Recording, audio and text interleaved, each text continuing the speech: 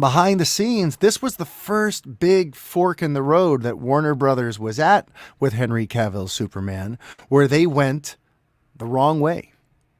They went the wrong way because they came to a fork where in one direction is Man of Steel 2, right? In one direction is Man of Steel 2, a proper solo sequel where now we further establish Henry as Superman. We show how important he becomes to this world and how he eventually becomes embraced. And, this is going to be the next stage in his development and start to flesh out his world a little more and all that kind of stuff. And maybe even address some of the critiques from Man of Steel. Because look, Man of Steel came out. And while it made a decent amount of money and $670 million, and it was a bigger success than Superman Returns, it was not some like runaway, feel good, happy, well-received, successful movie. Because you look at the Rotten Tomatoes score and it's considered rotten. It has like a 52 or 53%. So it's considered basically a 50-50 proposition. Half the people who saw it liked it. Half the people who saw it didn't like it. And a lot of the online discourse around the film was about the fact that it just felt kind of joyless and over-reliant on destruction and world-destroying finales and less on the joys of Superman and showing him saving lives and inspiring others. Because that's what a lot of people for years have gotten used to from Superman stories. We don't go to Superman stories to see him beat people up. We go to see him change lives, to help people. We see him inspire.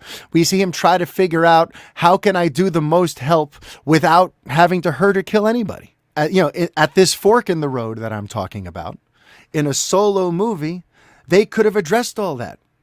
They even just by simply bringing in a different director and different writers, just like, you can creatively breathe new air into these characters without having to like reboot them. If you look at how Wonder Woman in her solo movie, the way she was portrayed as slightly different than what we saw in Batman versus Superman, that proves my point. That with somebody else calling the shots, the characters can really flourish. A few years later, Jason Momoa's Aquaman proved that. Point is, these characters could thrive, but they just needed different creative blood. And with Superman 2, with Man of Steel 2, they could have addressed that. They didn't have to keep Zack Snyder. They could have done a Man of Steel 2 with Matthew Vaughn or any number of other directors who would have been happy to do a Superman movie and take him into a more traditional direction. But instead of going that way, they went down the other side of the fork. And on the other side of the fork, what you had was essentially, let's double down on the parts that people had trouble with Man of Steel. Let's double down on how morally sort of conflicted this Clark Kent is. And let's double down on how sort of unhappy his experience as Superman is. What a burden it is to be Superman when you're just trying to help, but you have all these people who hate you and blame you for the things that happened as the darkest counter reaction to something good you did. It was a much darker, more tormented way to go with the character. And rather than focus on how he could redeem himself there, we're going to have him fight another beloved character, Batman. And by the end of this story, we're going to kill Superman.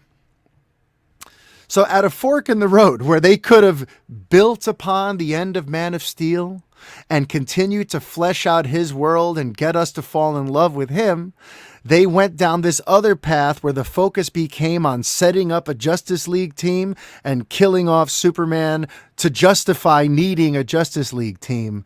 And Superman basically just got lost in the shuffle. They went this route almost immediately because it was not even a month and a half after Man of Steel came out that at San Diego Comic-Con that year, Zack Snyder announced that they were doing a Batman versus Superman movie.